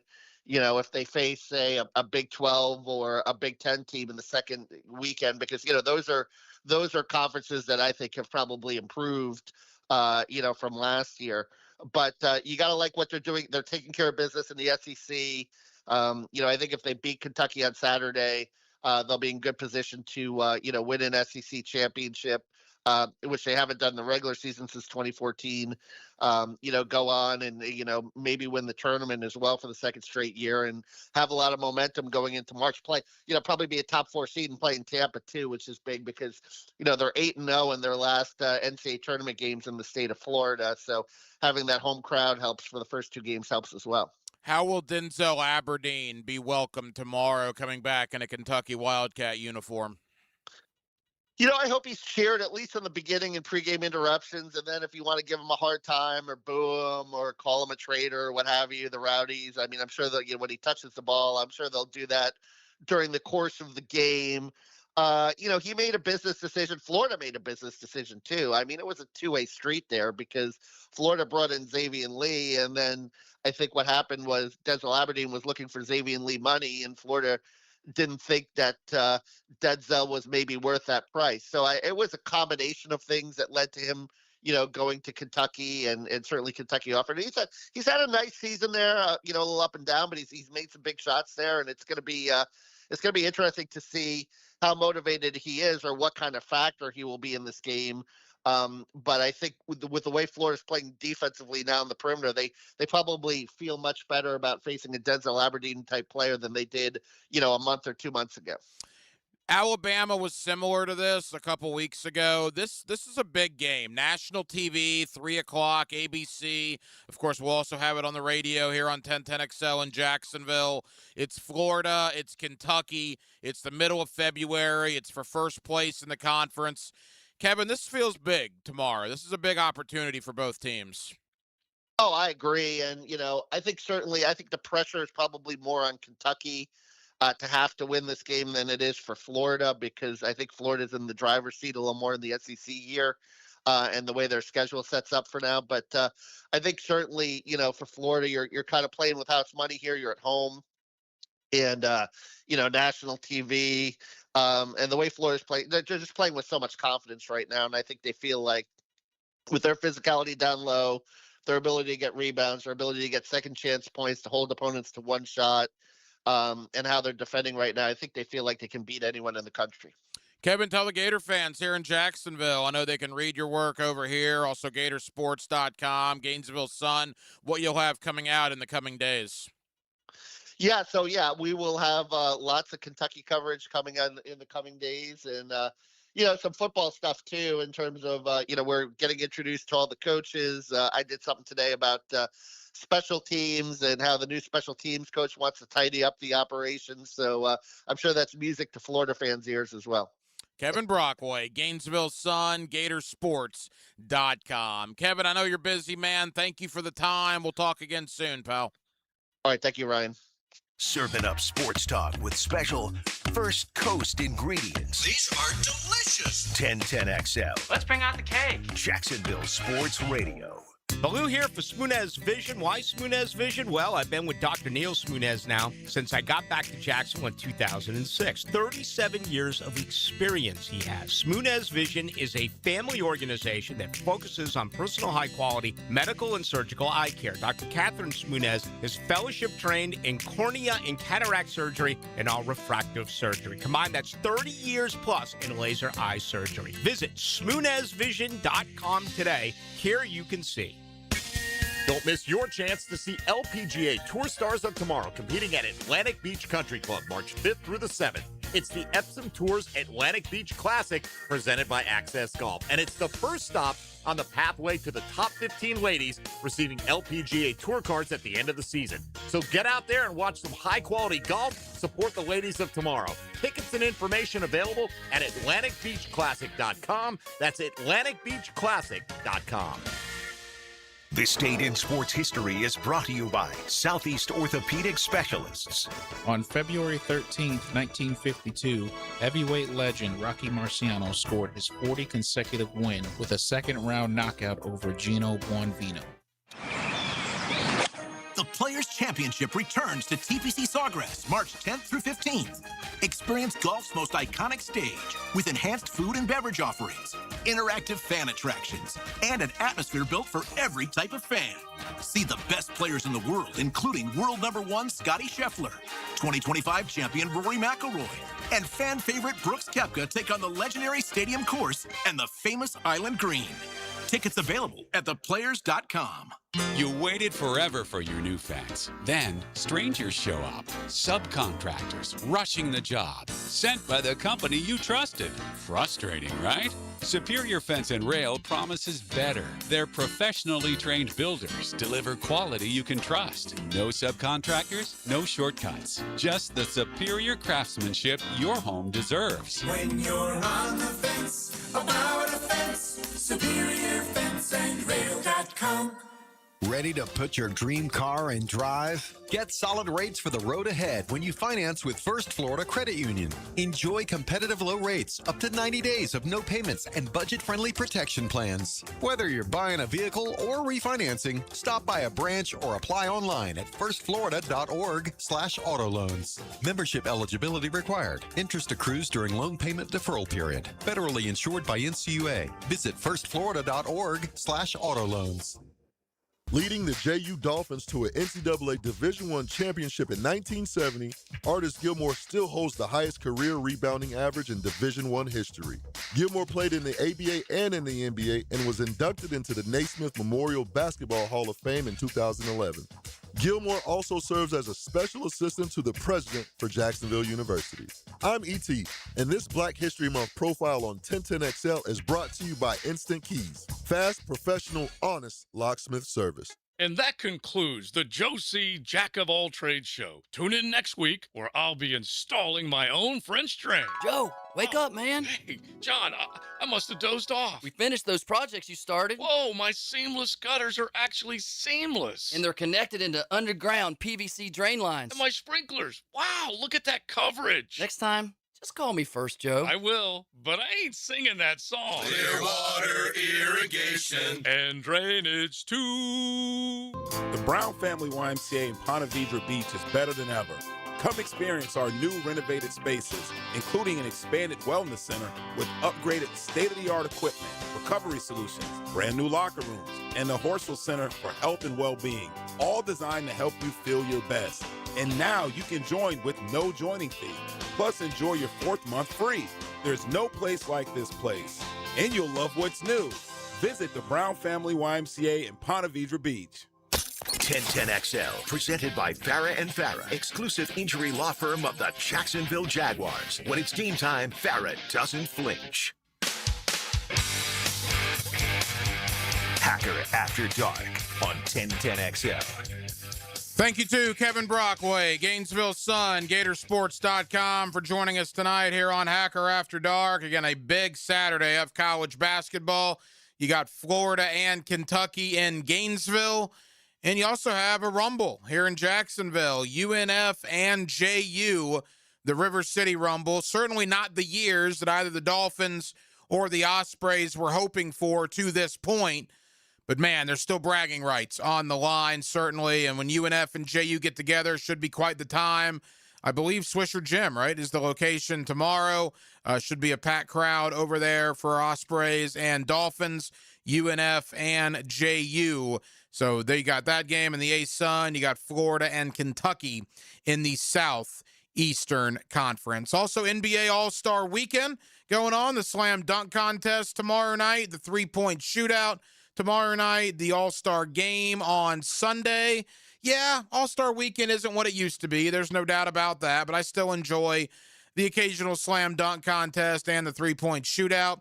You got the Daytona 500 on Sunday down in Daytona, and you have the Winter Olympics continuing. So there's a lot going on this weekend here in the world of sports. Going on in a week and a half up in Indianapolis is the NFL Scouting Combine. Then you go into Pro Days, and then you get right to the NFL Draft. April 23rd, 24th, and 25th in Pittsburgh. The Jaguars hold 4 of the top 100 selections.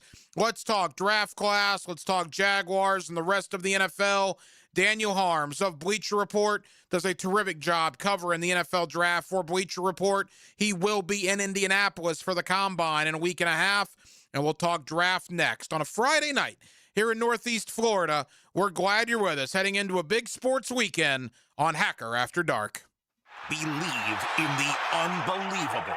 Unbelievable! 1010XL. I can't believe it! I can't believe it! We're hearing is believing. Unbelievable! Jacksonville, Nimnick Buick GMC is kicking off tax season with prices that are better than ever. Frank Frangie here. Are you looking for a dealership that actually makes car buying easy? Well, at Nimnick, you'll find unbeatable savings, a huge selection of Buicks and GMCs, plus flexible financing that fits your budget. Whether you're looking for a new SUV, a work-ready truck, or a certified pre-owned, they've got you covered. Backed by trusted service and transparent deals. And the best prices in Jacksonville. NimnickBuickGMC.com or visit the showroom off Phillips Highway. GMC, we are professional grade. An accident with a big truck can change everything in a matter of seconds. Medical bills start piling up, you're missing work, and the trucking company's lawyers, they get to work immediately. That's why you need a law firm that moves just as fast. I'm Chris Campione, and at Campione Law, we fight for truck accident victims, digging into the details and holding negligent drivers and their trucking companies accountable. We don't get paid unless you do. Big trucks have big lawyers. You need a stronger fighter. Campione Law. Visit CampioneLaw.com. Offices, Jacksonville and St. Augustine. Valentine's Day is sweet, but let's be honest, your septic tank wants attention too. Because when it gets ignored, it doesn't sulk, it causes problems, big ones. That's why Duck Duck Rooter, the only master septic contractor in Northeast Florida, is rolling out the Show Your Septic Some Love promotion. Right now, get $50 off septic tank pumping when you book by February 28th. Give your septic a little love now so it doesn't make a big scene later. When you're stuck, call the Duck, 904-862-6769, duckduckrooter.com. Storms are part of every season. Make sure you're protected. Call American Electrical to make sure you have the best in surge protection. Don't lose your home electronics to a lightning strike. Call 737-7770 for American Electrical. Low mortgage rates are back. Listen, Loan Pronto has fixed rate mortgages with APRs as low as 4.89%. It's the lowest in years. Hey, gang, Prosser here. Smart homeowners are taking advantage of this while they can. If you got stuck in a 6% loan, you can lower your payment big time, or you can keep your primary mortgage intact, get cash out, equity with Loan Pronto's rapid equity loans. One homeowner just got $250,000 out of their home. They paid off all their credit cards, some car loans, and cut their monthly expense by $2,000. Call now. See what option works best for you, but don't miss this big rate drop of 2026. Ask about new home loans, VA loans, full cash out refis, or their famous rapid equity loan. You can close in less than 2 weeks. You may be able to skip your next 2 house payments altogether. Call 904-999-1508 or visit loanpronto.com. No hard credit pull. 904-999-1508. Equal housing lender, NMLS 1661781. APR for well-qualified buyers. Visit NMLSconsumeraccess.org. Streaming live from the XL Digital Studios. Polished by Harbor Dental Care, the locally owned smile restoration experts. This is the home of the Florida Gators. Get your Gators hoops on 1010XL. Brought to you by the personal injury attorneys of Farah and Farah, Randy Marion Cadillac of Jacksonville, and Renewal by Anderson Custom Windows and Doors. Frank Frangie here, and Big Chief Tire makes it easier than ever to get the tires you need with the Big Chief credit card. No annual fee, low monthly payments, and great promotional financing. Plus, you get free flat repairs and rotations, and right now, $50 off your first purchase when you sign up. I love how simple they make everything. Visit WeKeepJacksRollin.com to apply for the credit card and get the tires you need today. That's Big Chief Tire. Are you ready to reclaim your backyard? Serving Northeast Florida since 1977, Surfside Pools is the trusted name for expert pool design. Family owned and operated, they offer pool service, equipment repairs, commercial maintenance, remodels, and new pool construction. Let Surfside Pools transform your backyard into the oasis that you crave. Are you ready to float happy? Visit surfsidepools.net or call 246-2666. Surfside Pools and Spas, where luxury meets leisure. License number CPC 044080. Mortgage rates have dropped. They're expected to move lower. Home sales momentum is building. So now's the time to get your home ready to maximize your sales price. It's time to call Chad and Sandy, the proven experts to sell your home. Maybe you have concerns about putting your home on the market and getting it sold. Well, let me alleviate those for you.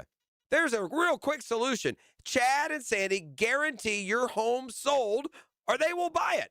Call 414-6200 or go to chadandsandy.com. You'll find out for yourself. Chad and Sandy, the local real estate experts I trust and recommend with the sale of your home or mine.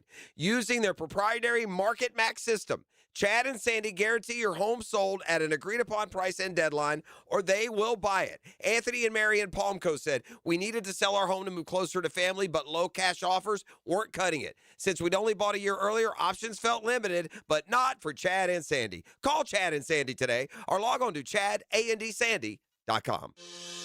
Hey gang, Hicken here. Guys, listen up. Valentine's is coming. You want to be a hero this year with something really romantic? It's easier than you think at Beards Diamonds. Beards has put together a stunning selection of timeless, affordable jewelry she'll absolutely love. Dazzling rings, sparkling earrings, elegant pendants and bracelets set with brilliant diamonds or colorful gemstones. classic gold that never goes out of style. And you can't beat the wow factor of top brand designer jewelry. They got it all at Beards. And here's the best part right now. Save up to 40% on all diamond stud earrings, pendants, and tennis bracelets. You know, cards, flowers, and candy are sweet, but nothing says I love you forever like a sparkling gift she'll wear and cherish every single day. Plus, Beards is your local Jacksonville jeweler, family-owned and community-strong for more than 45 years right here in the St. John's Town Center, not some Wall Street chain. Hurry in today. Don't wait. Beards Diamonds at the St. John's Town Center. Get up to 40% off diamond earrings, pendants, and tennis bracelets. We all hear the radio ads about the IRS. They tell you to be afraid, to be scared, and they try to frighten you into calling. I'm not here to do that. Tax Relief Advocates is different. TRA is here to tell you that if you owe money to the IRS, whether it's $5,000, $50,000, or $500,000, we have a solution. It doesn't matter if you're sitting in your car, at work, or with your kids. No matter where you are, call now. 800-575-7098. Don't lose hope. TRA can eliminate or reduce what you owe to the IRS. Generous programs are now available that can give you a fresh start. Our passion is taxes and helping individuals fix their IRS problems. We have over 1,000 5-star reviews on Google and an A+ with the Better Business Bureau. You don't need to be afraid of the IRS any longer. End your tax nightmare today by visiting us online at TRA.com or call 800-575-7098. That's 800-575-7098.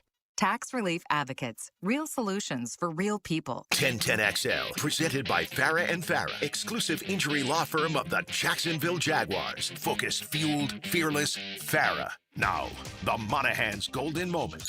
Monahan Jewelers in Atlantic Beach, your local family jewelers. Back here on 1010XL and 92.5 FM in the city of Jacksonville, we are glad you are with us. Boy, the NFL offseason really about to heat up. We got the scouting combine less than 2 weeks away in Indianapolis. We are well inside of a month away from NFL free agency and the NFL draft in Pittsburgh, April 23rd, 24th, and 25th. Let's talk about it with Daniel Harms of Bleacher Report, certainly one of our go-to guys when it comes to the NFL draft, and Daniel is always kind enough to join us here on 1010XL. Daniel, it's been a while, man. How are you? It has been. Thank you guys for having me back. I'm doing well, getting a little more accustomed here over at Bleacher Report now. Last time I was here, I was with the Draft Network, so we've got some different things cooking, and I'm doing well. Well, appreciate you joining us tonight. All right, let's talk about the Jaguars first and foremost. You and I haven't spoke since Liam Cohen's year number 1 here in Jacksonville. I mean, clearly from 4 wins to 13 wins, it was a great year here in Jacksonville. From afar, Daniel, what did you make of year number 1 for Cohen, Gladstone, and this new Jaguar regime? Honestly, it was just impressiveness. Like that's what I got from that. They clearly had a vision, a goal that you could see the first couple of weeks, maybe even the first month of the season, trying to figure some things out, what you were going to do with some of the players. Brian Thomas Jr., what was his role going to be? Travis Hunter, obviously the injury later in the season kind of derailed what you could do with him. But both, I think Liam Cohen and Anthony Campanelli found themselves within that season. The defense was playing fantastic, specifically down the stretch. I think I was even I thought that we were going to win the game against the Bills. I really did. I thought for the longest time the way that it was going exactly the way that it probably should have for the Jags, and unfortunately it ends the way that it does. But really, everyone, it felt like, got the most out of the players in the best situation, circumstances. You can argue about Brian Thomas Jr., what his role should be or what it can be going forward. But really impressive work from everybody involved. And I still think that trading the first-round pick to get Travis Hunter will pay dividends for the team down the line. Like I said, the injury makes it a little bit difficult to predict that. But overall, I was really impressed with what they did, and I think that the future is exceedingly bright for the Jacksonville Jaguars. Well, the interesting thing is they went 13-4. They only got 7 games out of Travis Hunter, and they didn't even see Caleb Ransaw in the regular season, their third-round pick, who did not play at all. He got hurt in the preseason, rather. But let's begin with Hunter. Clearly, when you look at the Jaguar free agents to be, you see Monteric Brown and Greg Newsome are both free agents at the cornerback position. You look at the emergence of Parker Washington, the arrival of Jacoby Myers. You mentioned BTJ as well. I mean, it certainly looks like, Daniel, that cornerback might be in Travis Hunter's future, does it not? I think you have to assume that he's going to get far more snaps there than he will at receiver. And the only reason I would say that is because of the emergence of Parker Washington. He was a good player. Like, he was a good returner. He had spot games for the Jaguars over the first couple of years. But this year, he really found himself not just in this offense, but I think as a player, a guy who can get tough yards after the catch. But he used that return ability. You saw multiple times where he makes one guy miss in space, and then he's off to the races. And obviously, the trade for Jacoby Myers was inspired. It gave somebody for Trevor Lawrence to just say, I trust that he's going to be where he's supposed to be. He's going to get the football when I throw it to him. And that really helps a quarterback settle down when he has someone that he can always count on and rely on to be where he's supposed to be, that veteran presence. So I think that when we look at, like you said, the free agents at corner, I know that the Jaguars don't have a first-round pick this year, but they have a plethora of day 2 options.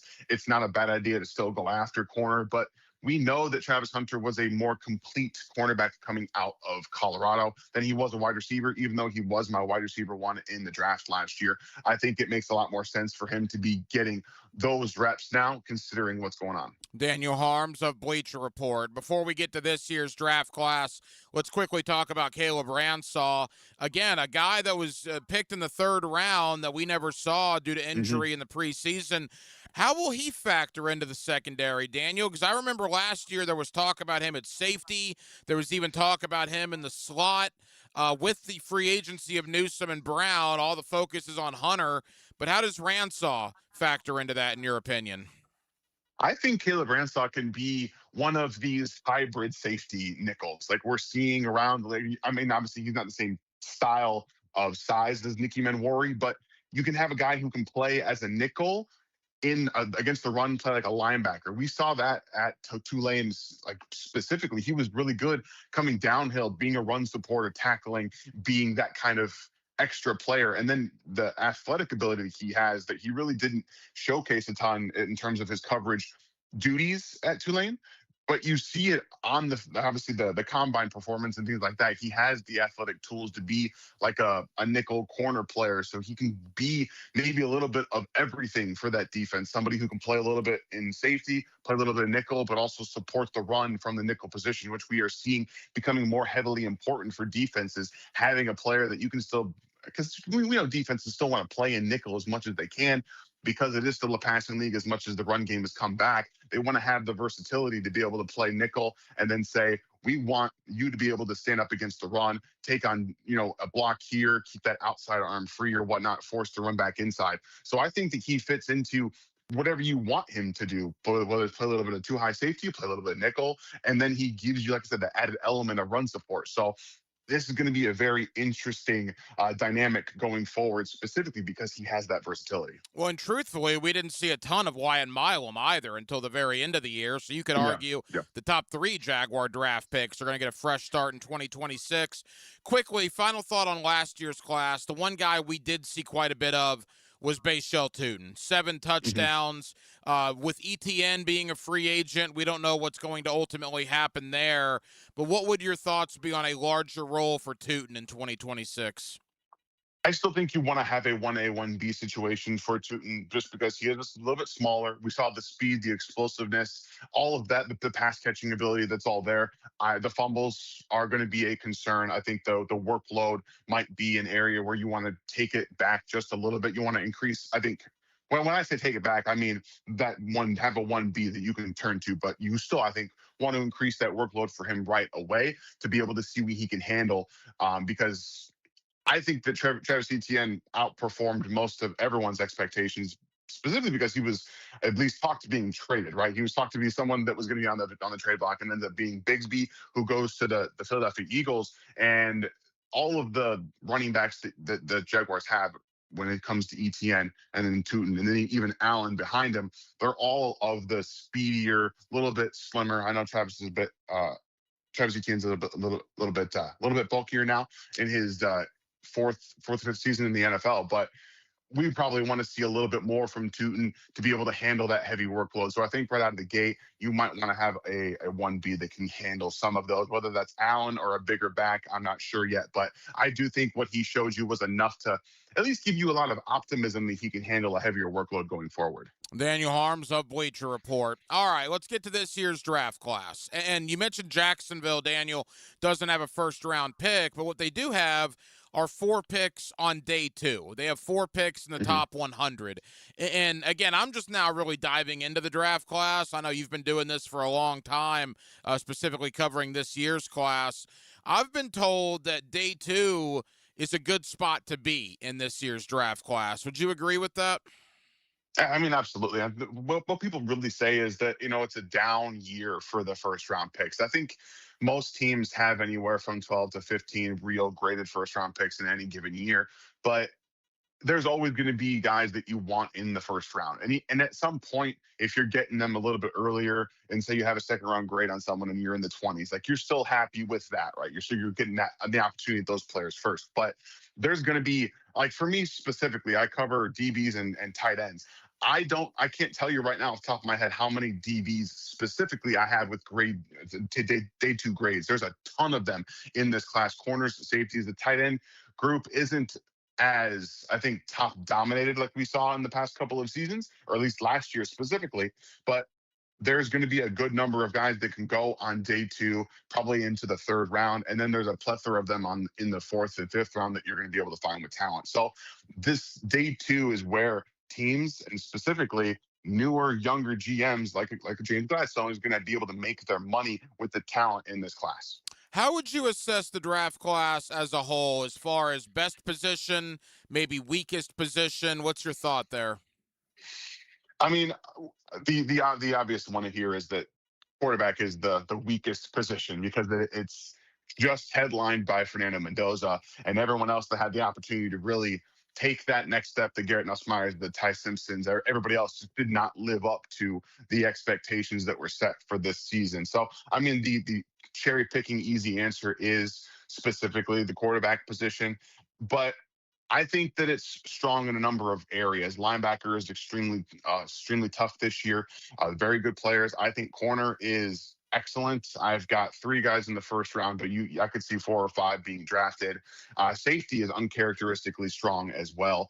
There could be 2 or 3 safeties drafted in the first round. I wouldn't bat an eye. So you can go all the way down the list, honestly. Like we talk about the depth, and so really quarterback is the weakest position, but I think everywhere else it's still pretty good. Final moments, Daniel Harms of Bleacher Report. One of those quarterbacks won a state championship at Mandarin High School right here in Jacksonville, and then almost won a national championship with Miami last month. And that, of course, is Carson Beck. What is your thought on Carson Beck's NFL prospects? Man, Carson Beck is somebody that we see with the highs. The highs are there in his tape from a few years ago. That was like the apex, I think, of what we saw from Carson Beck at Georgia 2 years ago. Not 2 years ago, now 3 years ago at Georgia, where he had, I think, his best season and the most impressive tape that he had. But one of the things that I constantly went back to last year when I was watching him at Georgia is that he continued to throw the same deep ball against the same look time and time again. And it was, I'm going to look this way, and then I'm going to throw it to the one-on-one. Like he doesn't have a ton in the tank from a mental perspective to be able to constantly move safeties around and throw the ball underneath. I think he's going to be a middle of the road starter. I could see an Alex Smith with the Chiefs, like as the apex for him going forward in the NFL. If he reaches that potential, I think the athletic ability is good enough to be able to make some plays out of structure, but I think he's going to need a run game, a pretty good offensive line to protect him, from himself and get the ball out quickly. So probably going to be in the 4th or 5th round where he's drafted, but there is good football on his tape. Like we just got to be able to put him in the right environment to see that happen. I got to ask you about a Florida Gator as well. All indications are Caleb Banks at the Senior Bowl just skyrocketed, the defensive lineman. What is your thought on Banks? Yeah, I think Banks is one of those up and down players, specifically because he plays extremely high, right? He's a big guy. He has a high pad level. You see a lot of times where he gets on double teams and gets pushed right out of the way because that pad level doesn't create the natural leverage that you want from one of those defensive tackles. But the athletic ability, the power, the raw attributes that he has. And sometimes when you just let him tee off, you can see all of that come to fruition. Want to see a little bit better hand usage, consistently find some counters to the pass rusher. But I think that he can find a way to keep that pad level down as a run defender, take on some double teams, and eat some of those as he's getting more experienced in the NFL. The sky is the limit for these kind of players. So I'm excited about what he can be. There's still obviously a lot of work that he has to do, but right now we're hearing whispers of first round Caleb Banks, which again, based on what we know from him, his combine performance is going to be also in that equation as well. It wouldn't surprise me if he was one of these guys drafted in the first round. Daniel, final question. We got about 60 seconds. From a Jaguar point of view, probably defensive line would certainly be a need. Interior, certainly the big one there. Depending on what happens with Devin Lloyd, potentially linebacker, cornerback, depending on what happens in free agency. A quick assessment of the defensive class in this year's draft, because I think Jacksonville is really going to focus on the defensive guys. Yeah, absolutely. The linebacker position is extremely strong. So I think that, and again, the Jaguars have 4 picks on day 2. They're going to be able to find a linebacker that can play and fill what they need. I think that the defensive line group has a couple of guys that are really good. And I think that we've seen a lot of talk about a guy like Lee Hunter out of Texas Tech has been rising. Caden McDonald of Ohio State also been rising. Someone that might end up going in the back end of the first round, has an excellent run defender. There's guys all the way down through to LT Overton, Alabama, Dominic Orange. These guys all have day two grades as well from our guy Matt Holder at Bleacher Report. So I think this is a good spot, like we talked about, where you're on day 2, there's going to be multiple bites at the apple for the Jags, and it's a good class to get some of these run defenders and maybe some defensive end converts, like maybe a Keldrick Falk. I mean, I know he's talked about more in the first round, but I think he might end up being someone that slides in this process as well. Daniel, tell the good folks here in Jacksonville, man, about Bleacher Report and the coverage you guys will have in the coming weeks. Yeah, absolutely. Thank you guys for having me. We will be down at the Combine, so you guys will see a bunch of different tweets from me at InHarmsWay19 on Twitter. It's where you can find me. Like I said, I cover cornerback, safety, and tight end at Bleacher Report. You can find every single report that I have up there. You just kind of Google the name and Bleacher Report. It'll pop you right to it. And like I said, we're going to have tons of draft coverage at the Combine. Most of us are going to be down there covering it as well. So you guys can find all of our work over at Bleacher Report. Daniel Harms of Bleacher Report. Daniel, I know you're busy, man. Thank you for the time. We'll talk again soon, pal. Absolutely. Thank you for having me. And thank you to Daniel Harms of Bleacher Report for joining us tonight here on Hacker After Dark. Pretty crazy. The NFL Scouting Combine, they will be on the field 2 weeks from today for on-field workouts, and then the pro days get underway, and then April 23rd, 24th, and 25th up in Pittsburgh for the 2026 NFL Draft. We will obviously talk a lot of draft moving forward here on Hacker After Dark, as the Jaguars, even though they don't have a first-round pick, they still have 4 picks in the top 100. And actually, they have a mid-round, 5th-round selection. So I think in totality, it's like 5 of the first 117 picks will be Jacksonville's, which is pretty good if you consider they don't have a first-round selection because of the Travis Hunter trade last year. Plus, you get Hunter back after only 7 games that he played his rookie year. We never even saw Caleb Ransaw. You only saw Wyatt Milam sparingly towards the end of the year. So despite not having a first-rounder, there is reason to be excited about last year's rookie class and certainly what James Gladstone will be able to do in this year's NFL Draft. So we certainly spent some time on that.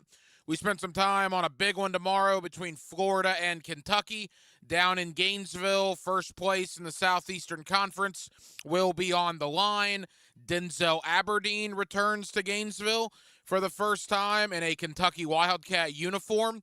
That should be an interesting scene, so we spent some time on that. And then obviously talked about the NFL offseason, which is chugging right along. We mentioned the Combine, less than 2 weeks, and we are now 24 days away, 3 weeks from Monday, until NFL free agency opens up in the National Football League. Well, that will just about do it, man. Very, very busy Friday evening.